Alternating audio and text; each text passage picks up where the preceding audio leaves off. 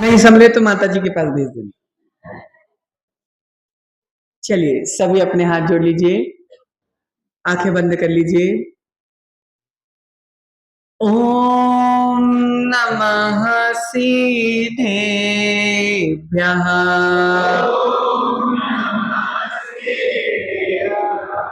ओम नमः सिद्धेभ्यः।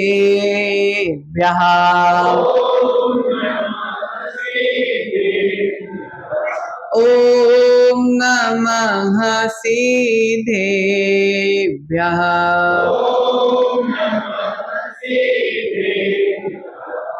नमो अरिहन्तायणं नमो सिद्धायणं नमो आयर्याणं नमो वैचायाणं नमो लोये सव्यसाहूणम्। मेरे पवित्र मन में गुरुदेव आओ, मैं शास्त्र वाचन करो प्रतिभा जगाओ। अरिहंत भाषित सभी श्रुत देवताओ, क्या बोलना अब मुझे तुम ही बताओ। क्या बोलना अब मुझे तुम ही बताओ। क्या बोलना अब मुझे तुम ही बताओ। जय बोलिए अनंत अनंत सिद्ध परमेष्ठी भगवान की। जय बोलिए विश्व वंदनीय प्रथम तीर्थंकर कुंडलपुर के बड़े बाबा की। जय बोलिए मूल नायक 1008 श्रेयांश नाथ भगवान की। जय बोलिए देवादिदेव 1008 शीतल नाथ भगवान की। जय बोलिए 24 तीर्थंकर भगवान की। जय बोलिए आचार्य भगवंत मांगतुंग स्वामी की। जय बोलिए आचार्य भगवंत गुरुवर श्री विमल सागर जी महाराज की।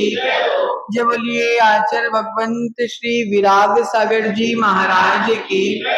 आचार्य भगवंत श्री विशुद्ध सागर जी महाराज की। आचार्य भगवंत श्री विभव सागर जी महाराज की। द्वादशांग जिनवाणी माता की।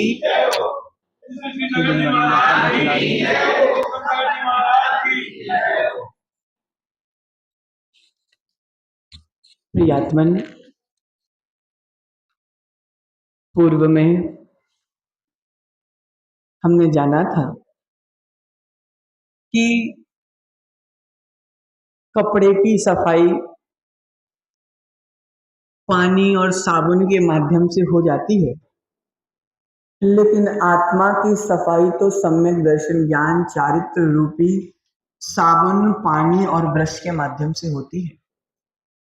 और हमने अनेक उपाधियों के माध्यम से तीर्थंकर आदिनाथ एवं 24 तीर्थंकर जैसी आत्माओं को नमस्कार किया था। और आज हम गुण निधान और दोषों से रहित जिनेंद्र भगवान श्री आदिनाथ की आराधना करते हुए आचार्य भगवंत मांगतुंग स्वामी के द्वारा लिखे गए भक्तांबर स्तोत्र एवं अनुभव किए गए भक्तांबर स्तोत्र की आराधना करते हैं और 27 नंबर के काव्य में प्रवेश करते हैं। को विस्मयोत्र यदि नाम गुणैर शेषै,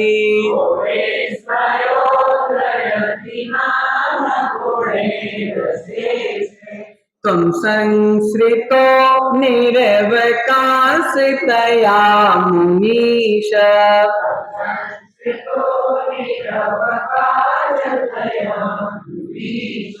त्वं संसृतो निरवकाशतया मुनीश।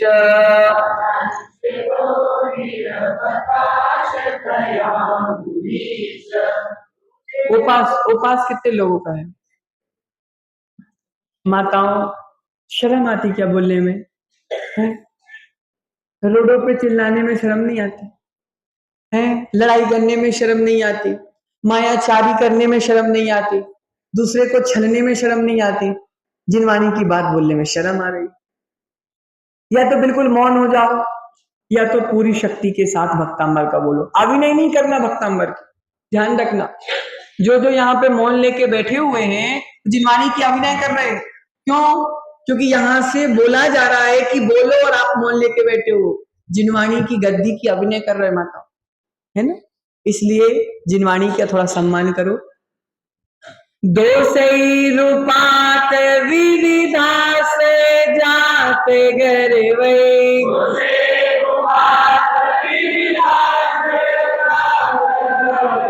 स्वप्नांतरे पिना कदाचिदपेक्षितोषि।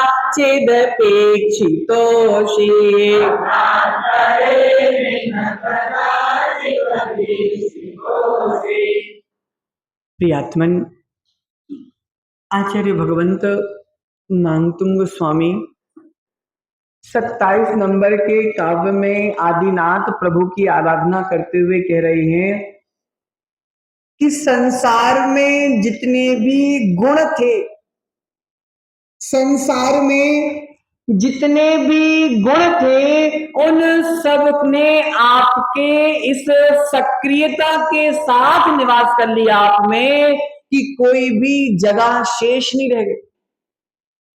जितने भी गुण इस संसार में हैं, जितने भी गुण इस संसार में हैं, हे आदिनाथ भगवान, उन सारे गुणों ने आपका आश्रय लिया और वे सारे गुण आपके अंदर ऐसे समा गए, ऐसे समा गए कि अब जगह नहीं बची। अब इतने सक्रियता के साथ गुणों ने आपका आश्रय ले लिया कि अवगुण को आने के लिए जगह नहीं बची, दोष को आने के लिए जगह नहीं बची, सारी जगह गुणों ने घेर ली। प्रियात्मन, अब गुणों का अपमान हो गया कि दोषों का अपमान हुआ है? दोषों का अपमान हुआ। प्रियात्मन, गुण पूरी तरीके से भरे हुए हैं, दोष आए थे लेकिन दोषों ने आपकी जगह भर गई पूरी। अब उनको देखकर उनको बेइज्जती महसूस होने लगी, अब वो वापस चले गए। अब स्वप्न में भी वह आपके पास वापस आने वाले नहीं हैं। प्रियात्मन, संसार के समस्त गुण आप में विद्यमान है, दुर्गुण एक भी नहीं है, इसमें कोई आश्चर्य की बात नहीं। प्रियात्मन, आचार्य भगवंत समझा रहे हैं मनीष भाई, जहां सुख रहता है वहां दुख नहीं रहता। अरुण भाई, जहां सुख रहता है वहां दुख नहीं रहता, जहां धूप है वहां छाई नहीं है, जहां एक समय में जो व्यक्ति बैठा हुआ है वह खड़ा नहीं है, जो व्यक्ति खड़ा है वह बैठा नहीं, जो व्यक्ति भूखा है वह तृप्त नहीं है और जो तृप्त है वह भूखा नहीं है। जिस जीव को ठंड लग रही है उसको गर्मी नहीं लग रही है, जिसको गर्मी लग रही है उसको ठंड नहीं लग। ओहो, आचार्य भगवंत कह रहे हैं दो में से एक समय में एक काम होगा, दो में से एक समय में एक काम हो सकता है। शीतलता है तो उष्णता नहीं होगी, उष्णता है तो शीतलता नहीं होगी, अंधकार है तो प्रकाश नहीं होगा, प्रकाश है तो अंधकार नहीं होगा, धूप है तो छाव नहीं होगी और छाव है तो धूप नहीं होगी। माताओं, अज्ञान है तो ज्ञान नहीं होगा और ज्ञान है तो अज्ञान नहीं होगा। प्रियात्मन, आचार्य भगवंत कह रहे हैं दोष है तो गुण नहीं होंगे। अरुण भाई, गुण है तो दोष नहीं हो। प्रियात्मन, ये परस्पर विरोधी धर्म है। कैसे माताओं? ये परस्पर विरोधी धर्म है। एक समय में दोनों में से एक जगह एक साथ दोनों नहीं रह सकते, दोनों में से कोई एक होगा, एक मुख होगा तो दूसरा गौण होगा और दूसरा मुख होगा तो पहला गौण होगा। यदि दोष रहेंगे तो गुण नहीं रहने वाले, और अरुण भाई अगर गुण रहेंगे तो दोष रहने वाले नहीं। हम उदाहरण के माध्यम से समझते हैं माता, भरत भाई, आपने एक गिलास में, एक बालक ने, एक माँ ने बालक के लिए एक गिलास दूध भर के दिया, और उस गिलास में एक पाव दूध था। पाव मतलब 250 ग्राम। अब उस गिलास में एक पाव दूध था, वो अरुण भाई गिलास बिल्कुल लबालब भर गया। अब उसमें पानी भी डालना चाहो तो डाल नहीं सकते, ऐसा लबालब भर गया। ग्लास में दूध भरा था, इतना लबालब दूध भर गया था कि अब उसमें एक बूंद पानी डालने की भी जगह नहीं बची थी। ये आदिनाथ भगवान, आप भी गुणों गुण रूपी दूध से ऐसे लबालब भरे हो कि अब उसमें 2 रूपी पानी डालने की जगह नहीं रह गई। प्रियात्मन, आचार्य भगवंत वही समझा रहे हैं कि यदि आत्मा गुणों से भरी हुई है तो वह दोषों को स्वीकार नहीं करेगी, और जो आत्मा दोषों से भरी हुई है वह गुणों को स्वीकार करने वाली नहीं है। प्रियात्मन, आचार्य भगवंत कह रहे हैं, यदि तुमने यह सोचा कि थोड़ी सी जगह बची है कुछ मिला दे, आचार्य भगवंत कह रहे हैं दूध में, दूध को बर्बाद करने के लिए, दूध को बर्बाद करने के लिए अरुण भाई 2 बूंद नींबू की रस की आवश्यकता पड़ती है। कितनी माता? 2 बूंद। आचार्य भगवंत कह रहे हैं अगर दूध को बर्बाद करना है तो 2 बूंद नींबू का रस डाल दो। दूध नींबू, नींबू की बूंद सारे दूध को दूषित करके फाड़ देगी। प्रियात्मन, लेकिन ऐसे ही हमारी आत्मा में गुण रूपी दूध भरना है, और अगर उन दूध भर लिया उसके बाद अरुण भाई अगर 2 बूंद भी अवगुण रूपी नींबू की पड़ गई तो वह सारे दूध को फाड़ कर रख देगी। माताओं, जिसको जिसको छेने की आवश्यकता है वे नींबू निचोड़े। हमें तो दूध चाहिए, इसलिए हमें दूध में किसी भी प्रकार के दोषों की मिलावट करने की आवश्यकता नहीं है। प्रियात्मन, आचार्य भगवंत मांगतुंग स्वामी कहते हैं कि आप में गुण इतने समा गए कि दोषों को रहने की जगह नहीं मिल रही। आप में गुण इस तरह से भर चुके हैं कि अब उसमें हमको दोषों के लिए जगह नहीं मिल रही। अरुण भाई, मूवी देखने जाते थे क्या पहले? तुम पहले उसकी मम्मी को लेके जाते थे? बहुत पहले, जब ब्लैक एंड व्हाइट चलती होगी, कलर चलती थी। अच्छा, मतलब 97 के पहले, 95 उनको भी लेके जाते थे। अच्छा अरुण भाई, मूवी का टाइम है 3 से 6। अब 3 बजे मूवी प्रारंभ हो गई, लेकिन तुम चाट के ठेले में चाट खाते खाते और उनको चाट खिलाते खिलाते लेट हो गए। अब तुम पहुंचे थिएटर में 3:30 बजे। कितने बजे? वहां पे एक बोर्ड लगा था, हाउस, क्या बोर्ड लगा था माता? House full. थिएटर लबालब भर चुका है, टिकट घर भी बंद हो चुका है। अब इस समय के लिए कोई भी टिकट तुमको नहीं दी जाएगी, हाउस फुल हो चुका है। ओहो, अब तुमने सोचा कि देखो लेके तो आए हैं इनको, अगर नहीं दिखाई मूवी तो मेरी मूवी बन जाएगी। अब अरुण भाई, तुमने सोचा क्या किया जाए? तो तुमने सोचा कि बगल वाले दूसरे थिएटर में चले जाते हैं, वहां जाके मूवी दिखा देंगे तो मैं भी मूवी देख लूंगा और मेरी मूवी बनने से भी बच जाएगी। तुम लौट गए, और दूसरे मूवी हॉल में गए, और वहां पे बातचीत करके तुमको जाने के लिए छूट भी मिल गई और तुम वहां पे जाकर टिक गए। ओहो माताओं, ये उदाहरण विनोद के लिए नहीं, ये उदाहरण आत्मा के चिंतन के लिए दे रहा हूं। अरुण भाई, आप जब लेट गए तो लेट नहीं गए, मूवी हॉल में समय से लेट गए तो तुमको वहां पर हाउसफुल का बोर्ड मिल गया। ओहो, आचार्य भगवंत कह रहे हैं, आचार्य भगवंत कह रहे हैं, हे आदिनाथ भगवान, आप रूपी थिएटर को, आप रूपी मूवी को देखने के लिए इतने गुण आए, इतने गुण आए, इतने गुण आए कि गुणों ने पूरा थिएटर घेर लिया और बाहर एक बोर्ड लग गया, हाउसफुल हो गया, टिकट घर बंद हो गया।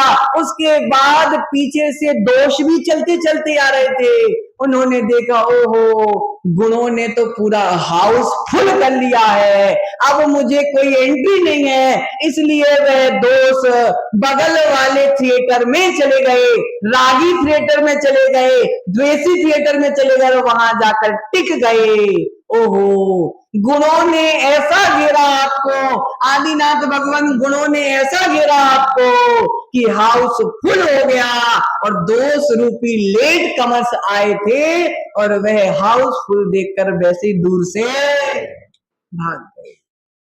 प्रियात्मन, टिकट घर बंद। अरुण भाई, टिकट घर बंद। अब भैया कहीं तो मूवी दिखाना है, चलो रागी देसी वाले थिएटर में हम, और वहां गए, दोष वहां पे गए, और दोष जब वहां पे गए तो दोषों का देखो भैया, उनके थिएटर में तो जगह खाली थी और वो सोच ही रहे थे कि दो चार आ जाए। ये दोस्त पहुंचे तो बोले आओ, भगत से इनको टिकट दी। तो दोस्त चिंतन कर रहे हैं कि वाह, अच्छा हुआ मैं वहां से यहाँ आ गया, यहाँ मुझे सम्मान तो मिल रहा है।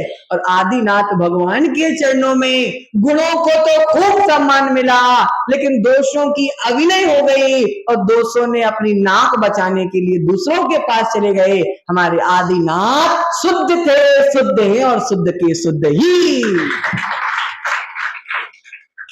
प्रियात्मन, जो गुणी होते हैं वे गुण के पास चले जाते हैं, जो दोषी होते हैं वे दोष वालों के पास चले जाते हैं। महाराज, हमको गुस्सा बहुत आता है। क्या बोलती माता? महाराज, हमको गुस्सा बहुत आता है। क्यों आता है? जिसको तुम चाहती हो वही तो तुम्हारे पास आता है। अरुण भाई, जिसको तुम चाहते हो, जिसको तुम प्यार करते हो, वही तो तुम्हारे पास आता है। तुम गुस्से से प्यार करते हो तो गुस्सा तुम्हारे पास आ जाता है। जिस दिन तुम गुस्सा से प्यार करना छोड़ दोगे, गुस्सा भी तुमसे प्यार करना छोड़ देगा।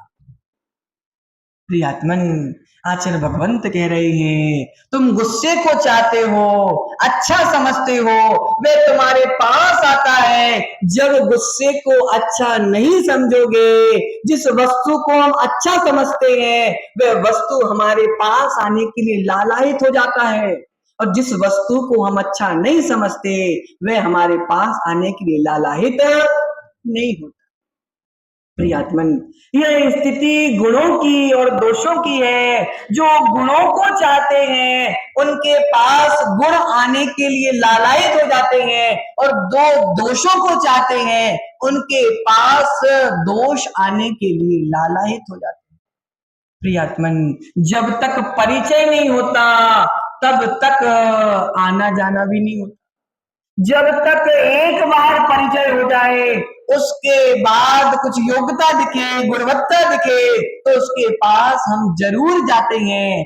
अरुण भाई, समानता में मित्रता होती है, समानता में मित्रता होती है। दो बहुएं, दोनों बहुओं को जिनको सास की बुराई करने में मजा आता है वे सहेलियां बन जाती। तुम अपनी सास की सुनाना, हम अपनी सास की सुनाएंगे। माता बोलो, सत्य है कि नहीं? बोलो ना। ओहो, नहीं है सत्य? ओहो, ये सत्य नहीं है, 100% सत्य है कि देखो, एक जैसी सोच मिल जाती है अरुण भाई, एक जैसी सोच मिल जाती है तो मित्रता होती है। जब तुम्हारी सोच में दोष घूमते हैं तो दोष तुम्हारे पास आ जाते हैं, और जब तुम्हारी सोच में गुण ढूंढते हैं और गुण घूमते हैं तो गुण तुम्हारे पास अपने आप आ जाते हैं। प्रियात्मन, वो क्या होता है ना, आचार्य भगवंत कह रहे हैं कि घमंड गुणवानों को नहीं होता, जिनके भीतर कोई कमी होती है उनको ज्यादा घमंड होता है। माताओं, जो जन्म से पैसे वाला उसको घमंड नहीं होता, जो नया नया पैसे वाला बना उसको ज्यादा घमंड होता। अरुण भाई, दिलीप भाई, सत्य कि नहीं? तुम शुरू से पैसे वाले हो कि बाद के पैसे वाले हो? बोलो ना, धनवान हो तुम? अरे अब दांत दिखाते हैं कि अब महाराज खुल जाएगी ग्रंथि हमारी। ओहो, आखिर भगवंत ये समझा रहे दिलीप भाई, जो शुरू से पैसे वाला है उसको उतनी घमंड नहीं होता, जिसके पास नई नई संपत्ति बढ़ी उसको ज्यादा घमंड होता है। आचार्य भगवंत समझाते हैं घमंड गुणवानों को नहीं होता, जिनके पास दोष होते उसको घमंड होता है। एक कहावत चलती ना, क्या चलती है सुनील भाई? आध जल गगरी छलकत जाए और भरी गगरिया चुप्पी जाए। जब घड़े में पानी मनोज भाई कम होता है तो ज्यादा छलकता है, और जब घड़े में पानी लबालब भरा होता है तो वो चुपचाप से बिना छलके चला। इसलिए जिनको ज्ञान कम होता है वो ज्यादा पटर पटर करते हैं। माता, जिनको ज्ञान कम होता है वे ज्यादा पटर पटर करते हैं, ज्यादा ज्ञान बगराते हैं और ज्यादा दूसरों के नीचे दिखाने का प्रयास करते हैं। जो व्यक्ति ज्यादा ज्ञान बगरा है मनोज भाई, आंख बंद करके सोच लेना इसके पास कोई ना कोई कमी है। हमारे तीर्थंकरों ने ज्ञान नहीं बगराया जब तक पूर्ण ज्ञान नहीं हो गया। पंडित जी, हमारे तीर्थंकरों ने ज्ञान नहीं बगराया जब तक पूर्ण ज्ञान नहीं हो गया। जब तक पूर्ण ज्ञान अर्थात केवल ज्ञान नहीं हो गया, जब तक तीर्थंकरों ने ज्यादा ज्ञान नहीं बांटा, क्योंकि पूर्ण ज्ञान हो जाता है तो घमंड नहीं होता। जिनको थोड़ा सा ज्ञान रहता है वो ज्यादा कॉलर ऊंची करके चलते। प्रियात्मन, आचार्य भगवंत कह रहे हैं जहां जहां जहां जहां अधूरापन है वहां वहां अभिमान है। जहां जहां अधूरापन है वहां वहां अभिमान है, और जहां जहां पूर्णता हो जाती है वहां अभिमान जैसे दोष आते ही नहीं है, क्योंकि गुण से लबालब भर जाती है। प्रियात्मन, क्या विस्मय की बात है, क्या आश्चर्य की बात है कि दोष तो तुम्हारे पास है आदिनाथ भगवान, ये दोष तुम्हारे पास स्वप्न में भी नहीं आने वाले। जब तुमने इनसे प्यार ही नहीं किया, जब तुमने इनको सम्मान ही नहीं दिया, जब तुमने इनको चाय का नहीं पूछा, जब तुमने इनको 1000 का लिफाफा नहीं दिया, जब तुमने इनको बैठने का भी नहीं बोला, कौन आएगा वापस? कौन आएगा वापस? माताओं, तुम्हारे साथ ऐसा व्यवहार होगा तो वापस उसके घर जाओगी क्या? नहीं। लिफाफे में 101 रुपए आया है, हम 101 ही भेजेंगे, 151 नहीं देंगे। साड़ी वाले के सामने वाले के घर से कैसी साड़ी आई थी चंदू भाई, ऐसी ही ऐसी साड़ी वापस करूंगी, देखती हूँ इसने ऐसी गंदी साड़ी भेजी थी, मैं भी ऐसी भेजूंगी। ओह माता, चलता कि नहीं चलता? चलता है। ये व्यवहार में तुम बहुत चलाती हो।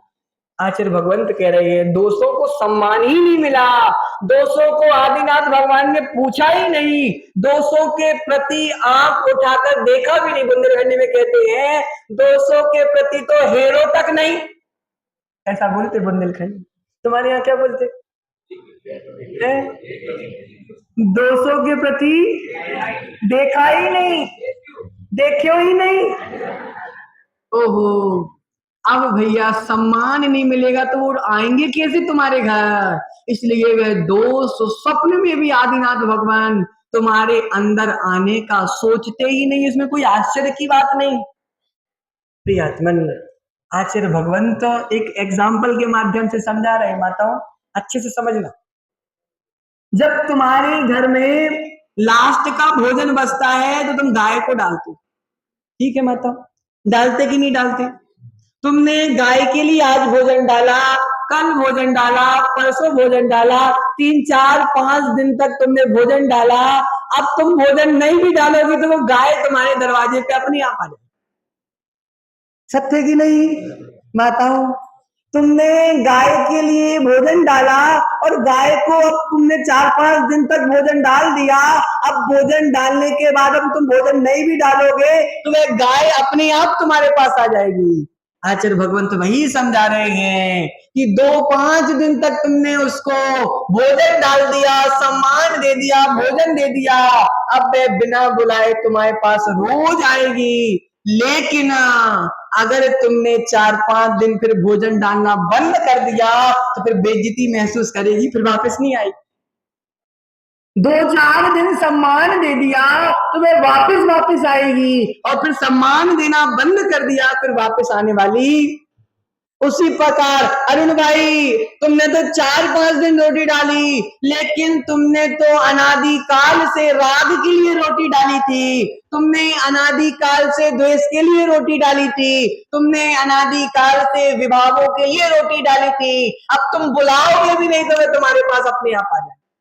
लेकिन आदिनाथ भगवान ने पहले दिन से ही रोटी नहीं डाली, पहले दिन से ही रोटी नहीं डाली, क्योंकि अगर एक बार लहट गई तो रोज आएगी। इसलिए दोषों को सिर पे चढ़ाने का प्रयास ही नहीं किया। इसलिए दोष स्वप्न में भी आदिनाथ भगवान तुम्हारे भीतर नहीं आ सकते। प्रियात्मन, जन्म जरा मृत्यु तृषा क्षुधा विस्मय आरती खेद रोग शोक मद मोह और क्या भय निद्रा स्वेद चिंता जुगुप्सा आतंक को, ये जितने भी दोष हैं, ये दोष आदिनाथ भगवान तुम्हारे ऊपर कब्जा करने आए थे, लेकिन इनके कब्जा करने से पहले ही गुणों ने तुम्हारे ऊपर कब्जा कर लिया था। अब ये दोष इतनी मेहनत करके आए थे, बेचारे मुंह लटकाए चले गए, बेचारे को जगह ही नहीं मिली, क्योंकि बोर्ड लगा था माता कौन सा, हाउस फुल। अब हाउस फुल हो गया, टिकट मिलने वाली नहीं है। प्रियात्मन, आचार्य भगवंत कहते हैं तुमने खेती करी क्या? किसी ने यहाँ पे नहीं करी, सब जमींदार हैं, पैसे वाले। खेती नहीं करते क्या? किसी ने नहीं करा, तुमने कभी खेती नहीं करी? थोड़ी बहुत करी, पिताजी करते थे, बेटे नहीं करते। प्रियात्मन, तुमने खेती की, जब तक तुम खेत में खड़े रहोगे कोई जानवर खेत में नहीं घुस सकता। अगर तुम डंडे लेकर खड़े रहे तो फिर खेत में तुम जब डंडा लेके खड़े रहोगे तो एक भी जानवर खेत में नहीं आने वाला। अब तुम दिन भर तो खड़े नहीं रहोगे, तो तुमने एक इंसान के जैसे पुतले बना दिए। पुतला जानते तुम्हारे यहाँ क्या बोलते उसको? है पुतला बोलते हैं, हमारे बुंदेलखंड में उसको बिजूका बोलते हैं पंडित जी, बिजूका बोलते हैं।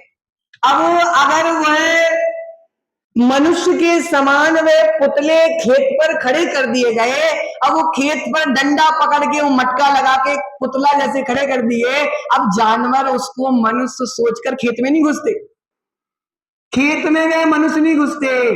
खेत में अरुण भाई, तुमने अपने खेत में 3 पुतले खड़े कर दिए, अब एक भी जानवर तुम्हारे खेत में घुसने वाला नहीं है। उसी प्रकार हे अरुण भाई, हे जीव, तू अपनी आत्मा में भी सम्यक दर्शन का पुतला, सम्यक ज्ञान का पुतला और सम्यक चारित्र का पुतला खड़ा कर देगा तो एक भी दोष रूपी जानवर तेरे खेत में घुसने वाले नहीं।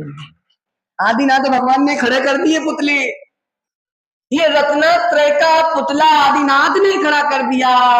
दोष तो पुतले को देखकर ही भाग गए। ये दोष रत्नत्रय वालों के पास नहीं आते, और रत्नत्रय नहीं, रत्नत्रय की उत्कृष्टता जिन्होंने प्राप्त कर ली है उनके पास आते नहीं है।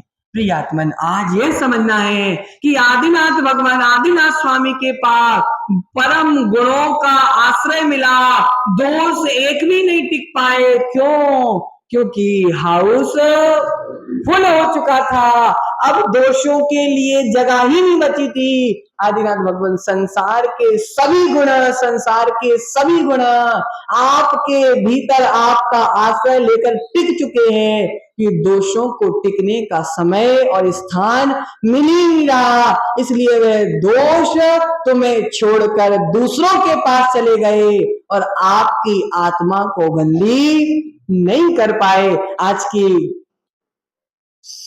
इसमें काव्य में आचार्य भगवंत कह रहे हैं गुणा सर्वत्र पूज्यन्ते। क्या सूत्र तेरे माताओं?